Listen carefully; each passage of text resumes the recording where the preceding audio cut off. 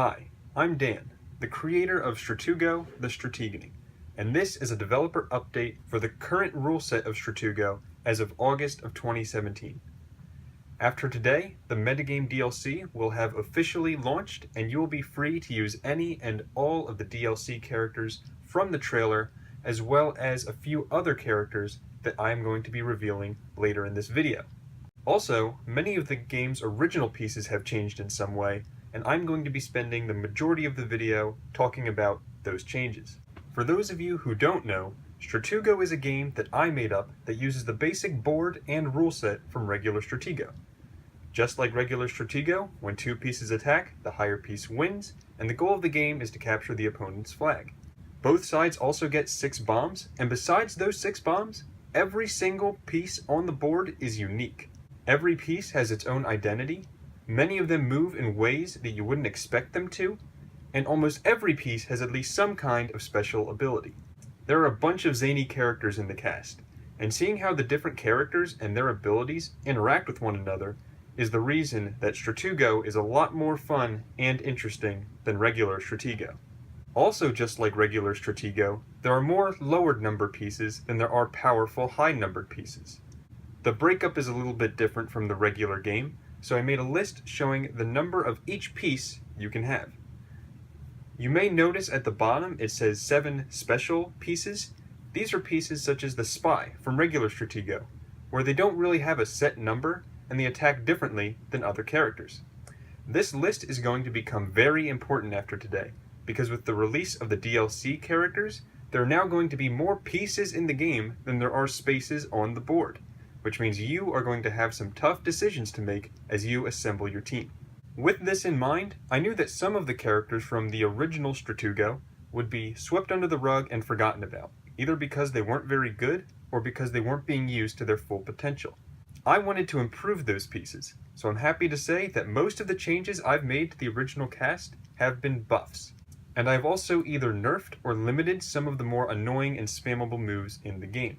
Also, there will be a link in the description below to the rulebook of Stra2go, which will explain everything I'm going to talk about today and tells exactly what each piece can do. So now let's talk about the original cast of Stra2go and see which of the pieces are going to be changing and which are just going to stay the same. To start off, each team gets a flag and 6 bombs. As soon as the flag is captured, the game is over, and there are also several pieces in the game that can move around pieces, but no matter what, the flag cannot be moved. Once you put it down, it has to stay in place. Each team will also get 6 bombs, which work exactly like bombs from regular Stra2go. You step on them and they blow up. In regular Stra2go, the bombs would stay in place. That is not going to be true in the case of Stra2go. Once you step on a bomb, it is out of the game, and that is simply because there are not that many pieces that can defuse bombs. Just like in regular Stra2go, there is going to be a Spy piece, which wins if it attacks first and loses if it is attacked. You can tell the Spy because it has an S in the corner, and it is one of those special pieces I was referring to earlier. Another piece that will be reappearing from the original Stra2go is the Scout.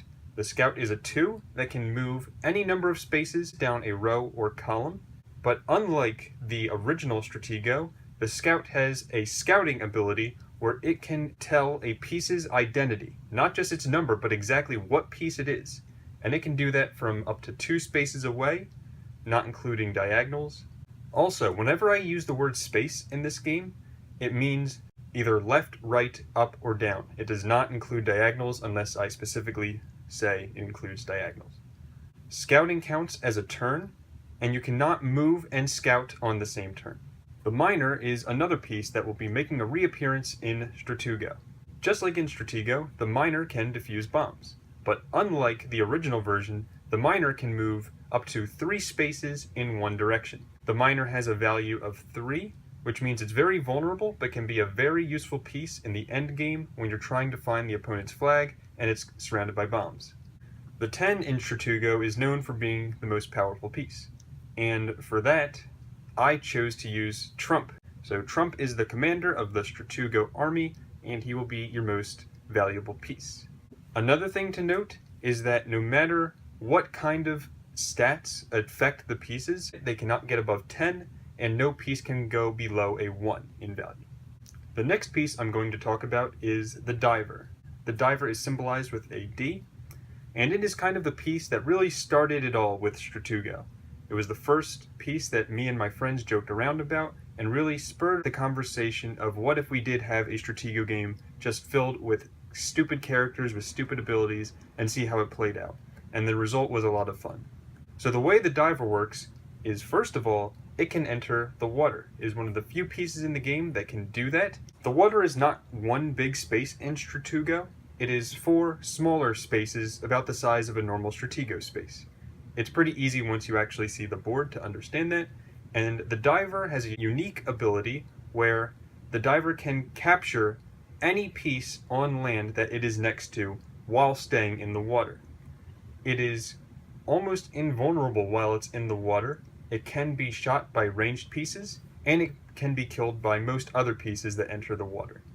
Once the Diver is on land, however, it is completely vulnerable and can be beaten by any piece in the game that can attack. The next piece is the Hot-Shot. The Hot-Shot is a 4, and it is the first of the ranged pieces in the game. The Hot-Shot can move like a normal character, 1 space in any direction. However, it can also have the unique ability of shooting her bow and arrow up to 3 spaces in any direction. An interesting thing about the ranged pieces in this game, when they attack, and the Hot-Shot in this example is a 4, if the opponent you're attacking is a 4 or below, it is killed. But if it is a 5 or higher, the Hot-Shot does not die, since it is a ranged attack. At the same time, you do not have to reveal the identity or even the number of the piece that was attacked. Also, if the Hot-Shot shoots at a bomb, the bomb is not revealed, it does not blow up. And the same is true for the flag. If the Hot-Shot shoots the flag, it does not have to reveal that it is the flag, and the flag is not captured. If the Hot-Shot wants to capture the flag, they actually have to step on the flag to capture it. The Hot-Shot can also shoot over water, which makes it very helpful in that way as well. The next piece we have is the Criss-Crosser. The Criss-Crosser is a 7, and if there were ever a poster child for Stra2go, it would have to be the Criss-Crosser. Definitely a fan favorite for sure. His name is Christopher Cross, and he is a skier who likes to zigzag around the slopes, which means he is one of the very few pieces in the game that has the option to move in diagonals. Originally, the Criss-Crosser could only move in diagonals, but now the Criss-Crosser finally has the ability to move in any direction he wants, 1 space, including diagonals. This means that the Criss-Crosser no longer has to be limited to the diagonal motion he had before, and in general is now going to move around a lot easier. One thing you may notice in this video is that only the 7s are going to have names and elaborate backstories to go along with them. This is because I thought it'd be funny to put the 7s in kind of a league of their own.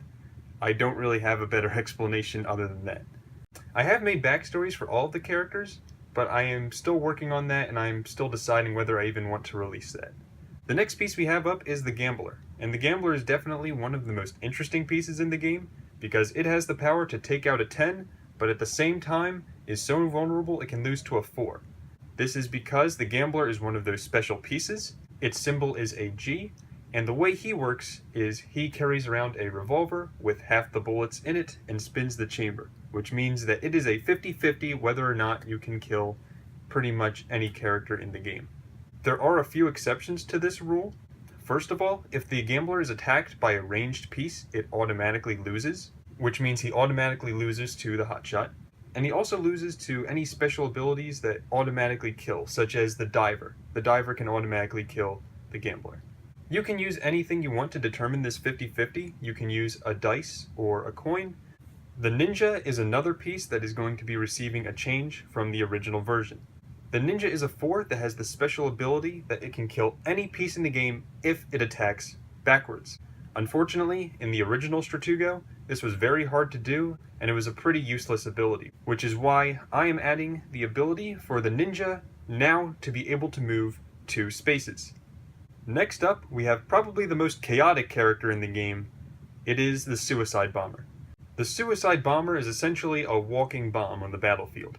In the original version of the game, the Suicide Bomber could take out the piece that it attacked, as well as all the pieces surrounding it, including diagonals.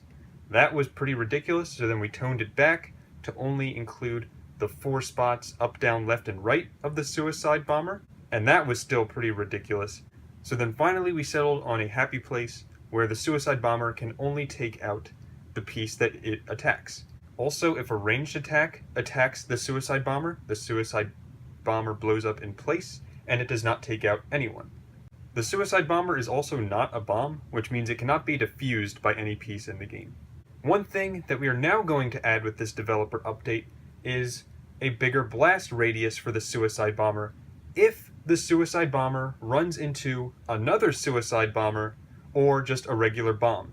In that case, the explosion radius increases greatly to include the blast, like ground zero of where the two interacted, as well as the 4 adjacent pieces up, down, left, and right of the spot. So we add a little bit more chaos, but it's still controlled. Next we have the Cowboy. The Cowboy is a 6, and it's a really fun piece because of its special ability, which is the lasso. The Cowboy can lasso any piece in the same row or column as it, and bring it over to the space right in front of it. The Cowboy cannot lasso and attack on the same turn, and there are a few exceptions to where this lasso can go and what exactly it can lasso. First of all, the lasso cannot reach over water. If you have a piece that's on the other side of the water, it cannot be lassoed over. But now, one thing we are going to add to the game is the ability for the lasso to lasso pieces in the water and pull them out. So that means, for those of you who like the diver, you better be careful of the Cowboy now. The Cowboy cannot lasso the flag, again because the flag must remain stationary, but the Cowboy can lasso bombs, which can be really stressful and really funny because you don't know if you lassoed a bomb or not. You can also not lasso through your friendly pieces, and you cannot lasso through enemy pieces to get another piece behind it. Next up, we have the Electrician. The Electrician is a 3, and is probably the most annoying character in the game right now. The Electrician has the special ability where he can stun pieces that are next to him. This does not reveal the piece's identity or number, but it does keep them in place for 2 of your opponent's turns. The problem with this was that the Electrician could keep shocking the same piece and essentially hold them in place forever. We are now going to get rid of that with this developer update with the new stipulation that the Electrician cannot stun the same piece twice. Once they stun him the first time, the piece kind of gains immunity to it, and they can no longer be shocked again by the Electrician. Another cool feature that the Electrician has is that he has the ability to shock the water, thus killing any of the pieces in the water. Once he shocks the water immediately goes back to normal, and it's safe for pieces to once again go in the water. However, the water can be shocked multiple times, so be careful with that. The next piece I want to talk about is the Mercenary. The Mercenary is a really powerful piece in this game because not only is it a 9, but she is also a very experienced fighter who's seen a lot of things in combat, which means she does not fall prey to many of the tricks that some of the characters have. So for instance, the Mercenary cannot be lassoed by the Cowboy, and she can also not be stunned by the Electrician. However, she still does fall prey to some things, such as the ninja attacking backwards for an insta-kill, the diver's insta-kill on her, and the suicide bomber can still kill her.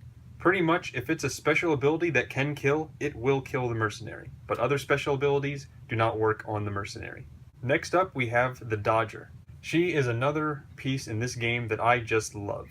She is a 4, but when she is attacked, she has the option of dodging out of the way to avoid the attack, and then that does not count as a turn, so on your turn you can then move another space away to get away.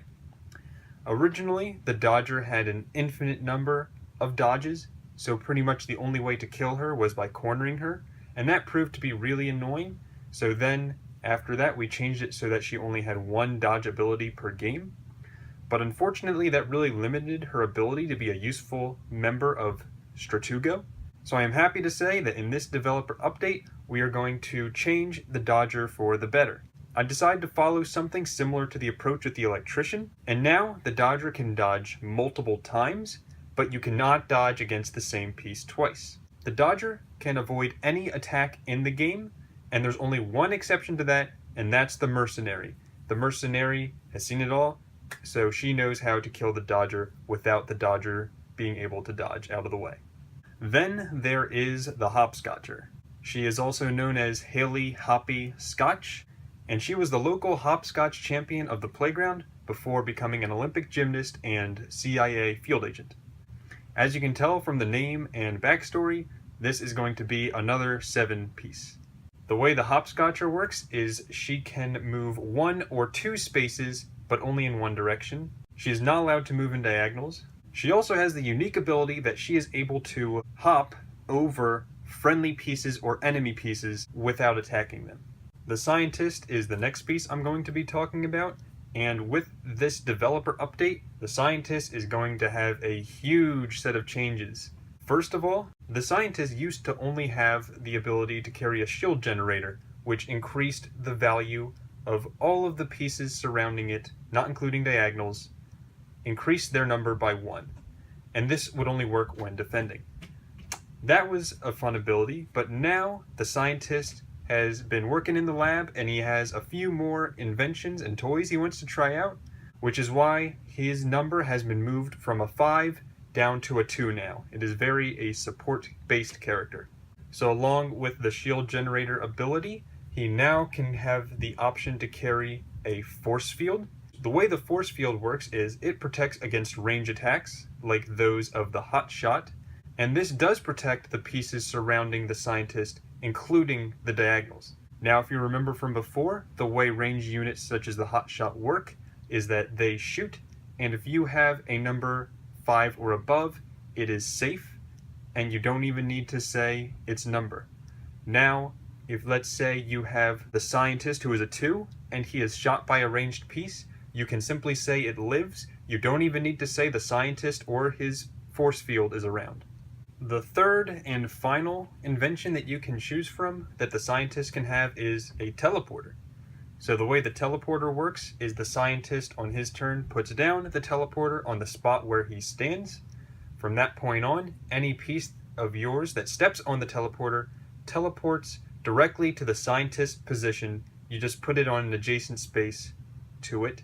And one thing to note about that, let's say you have a piece that can move multiple spaces. Once they step on the teleporter, your turn's over. They can't move anymore.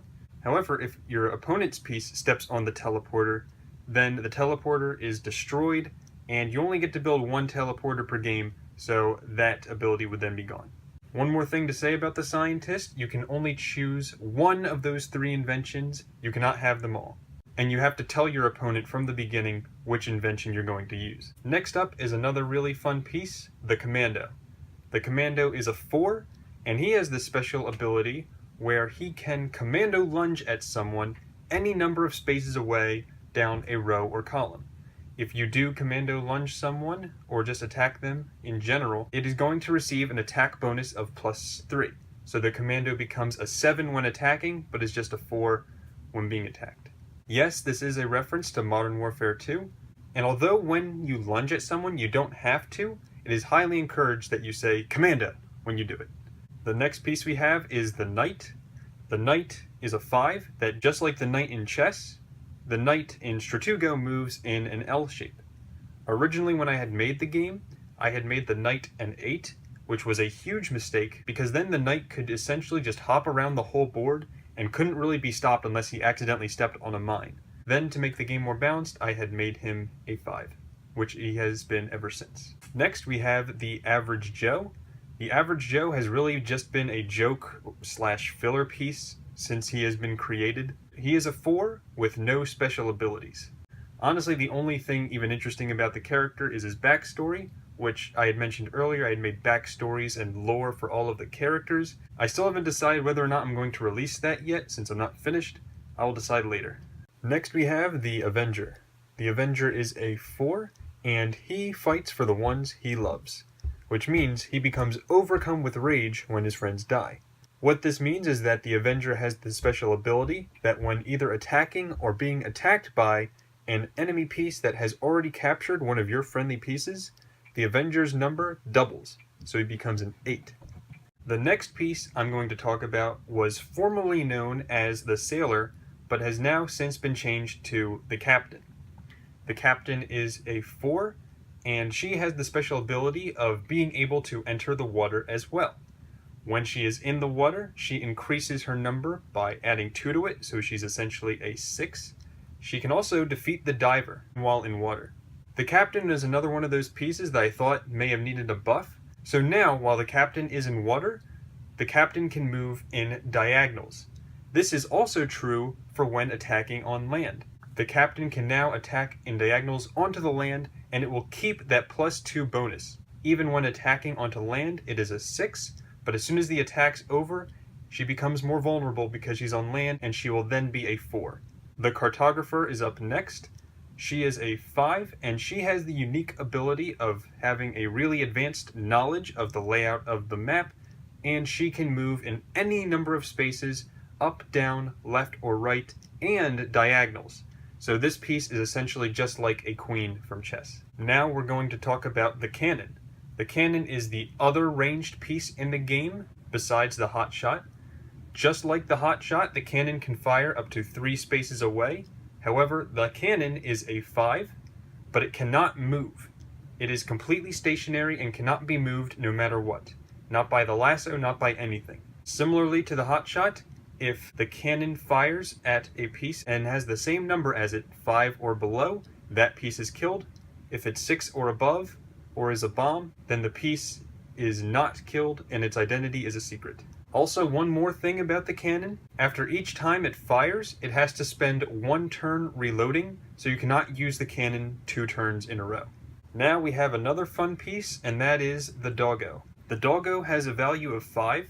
Since the Doggo is man's best friend, it can then rush to the aid of any piece. It used to be able to do that from 4 spaces away, but that range is pretty ridiculous, so I turned it back to now 3 spaces away. And what that means is if you have a friendly piece that is 3 spaces away, no matter where the Doggo is, you can place it in any adjacent space to that piece. You cannot move the Doggo like this and then attack. However, if you happen to be standing next to an opponent, you can then attack if it's standing next to it and you just place the Doggo in that adjacent spot. Another thing about the Doggo is that it can defuse bombs, and we are actually going to add, in this developer update, another addition to the Doggo, which is, if the Doggo is standing next to a piece and it is attacked, the Doggo has the option of sacrificing itself to save that piece. So the way that would work is, you would then switch the Doggo with that piece, the Doggo would be killed, and the other piece would take the spot where the Doggo was just at, and it would be your turn to move and get out of the way safely. You can only use that ability when you're attacked, not when attacking. The next piece I want to talk about is the Wolf. The Wolf is a 6 that can move up to 3 spaces in any combination of directions you want to use for that, not including diagonals. Another thing about the Wolf, since it loves the thrill of the hunt, if you successfully capture a piece with the Wolf, you can then go again for a second turn with the Wolf. You cannot use that ability more than once a turn, but you can use it on your next turn. Next we have the Hoplite. The Hoplite is a 6 that pretty much looks like a Spartan, and he can stab pieces that are up to 2 spaces away with his long spear. One thing to note is the Hoplite is not a ranged attacker, which means if it attacks another 6, both pieces die. The Hoplite can also attack pieces that are 1 space away, and you have the option of either moving onto that space or just staying in place. When attacking from 2 spaces away though, you have to stay in place. The Hoplite cannot attack into the water, and the Hoplite can also not attack through other pieces. However, attacking in diagonals is fine, even if there are pieces blocking it. Next up is the Time Traveler. The Time Traveler is another 6, and his ability has been tweaked around a little bit. So the way he originally worked is he could only travel forward in time, and that ability turned out to be pretty useless. So now the Time Traveler has the ability to travel back in time when he chooses to do so. The Time Traveler can use this travel back in time ability only when he's attacking, which means that when he attacks a piece and he didn't like the outcome, like he ran into a bomb or something, he then has the option of traveling back in time to the position he was at 2 turns ago. However, you can only use this ability up to 3 times a game, so be careful. Next up we have the Flea Flicker, the third and final piece of the 7 trilogy. His name is Flea Flick, and he was a star running back in college before entering Stra2go. The interesting thing about the Flea Flicker is that he has the ability to move up to 3 spaces forward. He moves 1 space side to side or backwards, but you can move up to 3 spaces forward. Next up, we have the Economist. The Economist is one of the most interesting pieces in the game. It is marked with kind of a weird symbol. It's an E, and then in parentheses next to it, it's a 5 with a plus or minus symbol.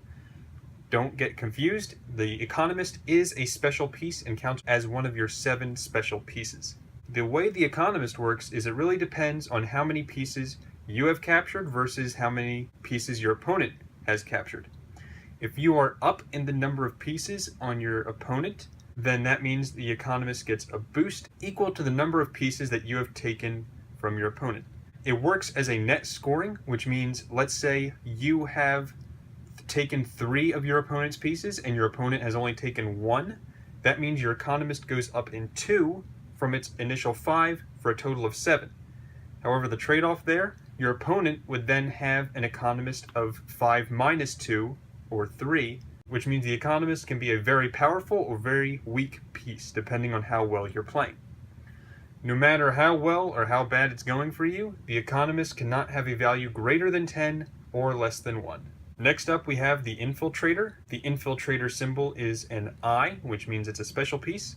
And the way the Infiltrator works is it all depends on his position on the battlefield. So starting from your very back row, the Infiltrator is a 1. And then for every space you move forward from there, he gains 1 in his number. To the point where if you make it all the way to your opponent's back row, the Infiltrator is a 10.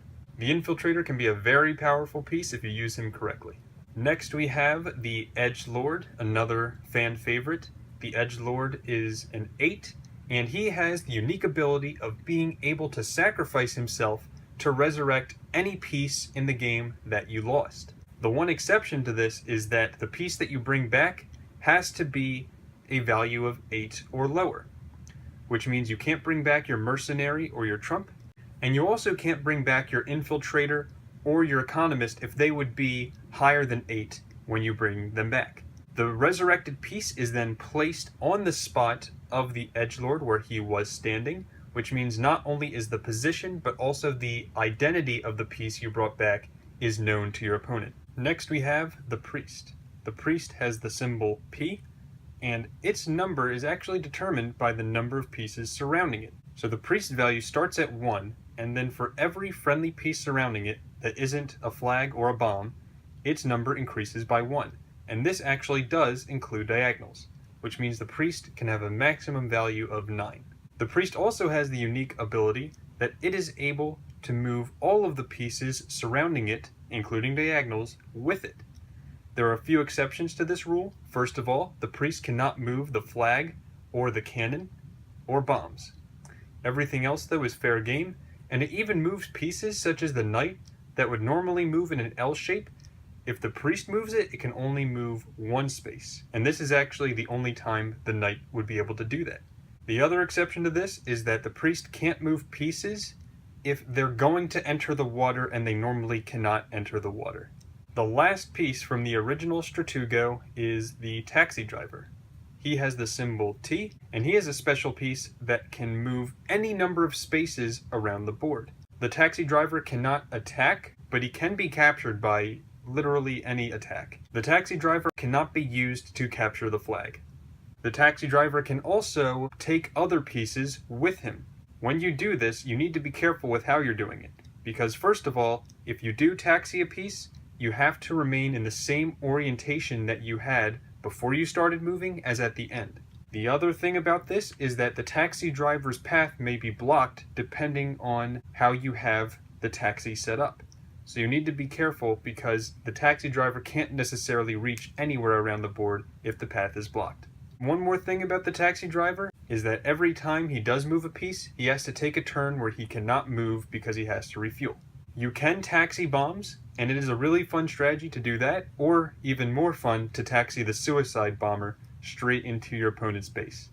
That's it for the original pieces. Now let's take a look at what the new DLC pieces are and what they can do. First up, we have the Drummer Boy. The Drummer Boy is a 3.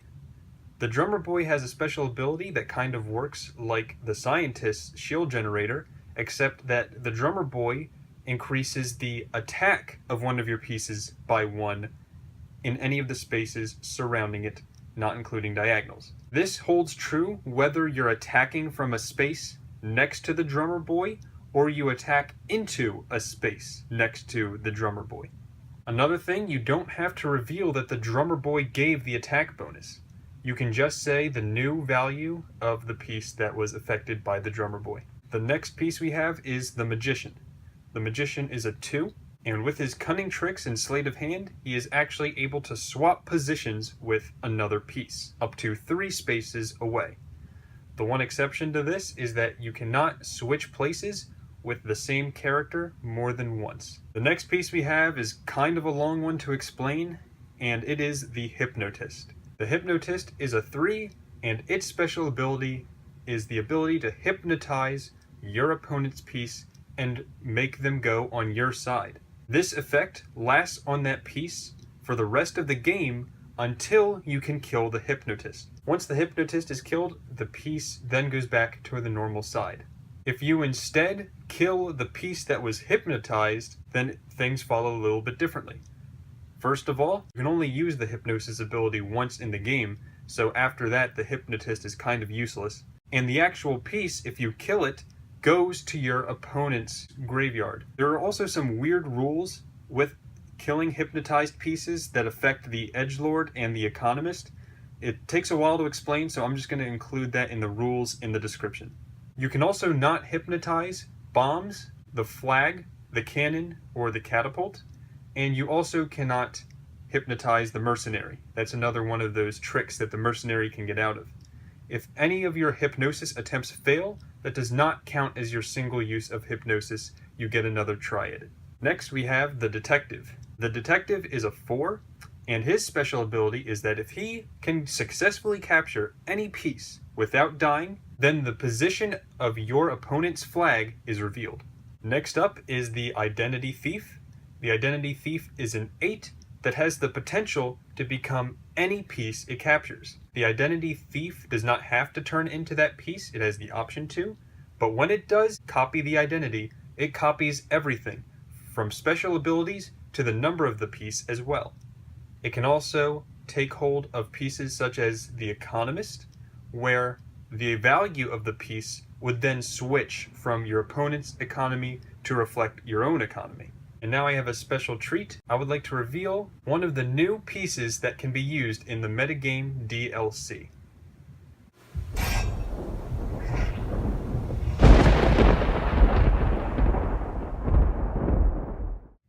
So as you can see, the Gambit is now going to be a playable piece, and the way the Gambit works is, first of all, he is an 8, and he is a very interesting piece such that he sacrifices power for mobility. Every time the Gambit successfully captures a piece, its number goes down 1, but it can then move 2 more spaces in the direction it chooses to go. So for instance, if the Gambit captures 2 pieces, its value would then be a 6, and it can move up to 5 spaces. Next up, we have the EOD Bot. The EOD Bot is a 2, and the EOD Bot was specifically made to defuse bombs. So this piece can move any number of spaces on the board. However, it cannot attack more than 1 space away. So you can move all the way around the side of the board next to a bomb, but can't attack it until your next turn, where you then move 1 space forward or whatever onto that piece. The EOD Bot is pretty much beaten by most pieces, and it also cannot capture the flag. Next up is the Police Officer. The Police Officer is a 6, and she has the special ability to pull over any speeding pieces around the board. What this means is that if a piece can move more than 1 space, and it happens to pass by the Police Officer, not including diagonals, then the Police Officer can stop it in its tracks, and your opponent's turn is over. You can then attack the speeding piece. Now I would like to reveal another one of the never-before-seen pieces from the metagame DLC, which is the Maniac. The Maniac is a 5, and his special ability is that for each piece that he captures, his number goes up 1. So he starts at a 5, and if he successfully captured 2 pieces, then he's now at a 7. And it keeps going from there until a max of 10. Next we have what's probably going to be my personal favorite from the metagame DLC, which is the Catapult. The way the Catapult works is that it can launch any piece adjacent to it forward 3 spaces. The Catapult cannot move for any reason, and you also cannot catapult the cannon, the flag, or bombs. However, you can catapult the suicide bomber for a really cheap trick. Pieces launched by the Catapult cannot move after being launched. Your turn's over once you launch the piece. Next up, we have another 7, the Minesweeper. His name is Michael Minesweeper McGee, and he was just a normal guy with a metal detector before he became an expert bomb detector and joined the Stra2go team. He carries a bomb detector around him that works pretty similar to Minesweeper. It tells how many bombs are surrounding the Minesweeper, including diagonals. The Minesweeper cannot defuse mines, it can only tell how many mines are surrounding it. The minesweeping ability counts as your turn, and the suicide bomber does not get detected by the Minesweeper. It is not a bomb. Next we have a really powerful piece, which is the Navy SEAL. The Navy SEAL is going to be a 9, that you will have to choose between him and the Mercenary. The thing about the Navy SEAL is that it can go in the water, which means that once the Navy SEAL goes in the water, it is going to be the most powerful piece in the water, because it can beat the captain and the diver. It can still be lassoed out of the water thanks to the Cowboy. And one more interesting thing about the Navy SEAL is that he is fast enough that when the Electrician shocks the water, he can exit the water without being killed. He would then be on the dry piece of land right next to the water. Next is the last never-before-seen piece, which is the Saboteur. The Saboteur is a 5, and he has the unique ability to make your enemy's bombs work for you. So let's say that he runs into a bomb. Instead of defusing the bomb, he can actually move the bomb into any adjacent space, not including diagonals. This can be used as an attack to attack one of your opponent's pieces and blow them up with their own bomb, but you can only move a bomb once. Once you move a bomb, it can no longer be moved. Now, the last piece from the metagame DLC is the Guardian. Since we already have a G for the Gambler, the Guardian symbol is GD. The way the Guardian essentially works is that its number depends on how far away it is from your team's flag. So if it were standing on the flag, it would be a 10, and then for every space away it is, you subtract 1. So for instance, if you are 3 spaces away from your flag, then the Guardian's value would be a 7. I thought this would be too powerful then to essentially have another 9 right next to your flag. So instead of capturing pieces, the Guardian, when he successfully wins an attack, actually sends the losing piece to any space on the board of your choosing. The one exception to this, you cannot put that piece in range of another one of your pieces. Another thing about the Guardian, if you attack away from your flag, its value decreases by 1, but if you attack towards your flag, it actually increases by 1. So keep that in mind. So that is everyone in Stra2go and the metagame DLC. If you would like to join in the crazy fun that is Stra2go, but you don't know how to get started, here's what you do. First of all, you're going to need the original Stra2go game with everything in it. The board, the pieces, and it doesn't have to be the original Stra2go, it can be some kind of knockoff or offshoot of Stra2go. The second thing is, if you want the DLC, you're going to have to buy additional pieces. I had bought both of my sets on eBay for Stra2go, and it costed me about $10 a set. Just to give you an idea of how much the price is, you can probably find it for cheaper, or even ask a friend if they're not playing Stra2go anymore. Chances are they're not. As far as the pieces go, I will include in the description a link to all of the pieces of the pictures. All you need to do from there is print them out, cut them up, and tape them to the original Stra2go pieces. I will also include the entire Stra2go rulebook in the description, and I'm still deciding whether or not to share the lore with you guys. Okay, that is Stra2go. I hope that all of you enjoyed this instructional video, and I hope all of you go out today and make your own Stra2go set. If you have any suggestions to how I can change the pieces and make the game better as a result, I'd love to hear from you. Please put in the comments below. Thank you, and I hope to put out more Stra2go content in the near future. This has been the August 2017 developer update for Stra2go.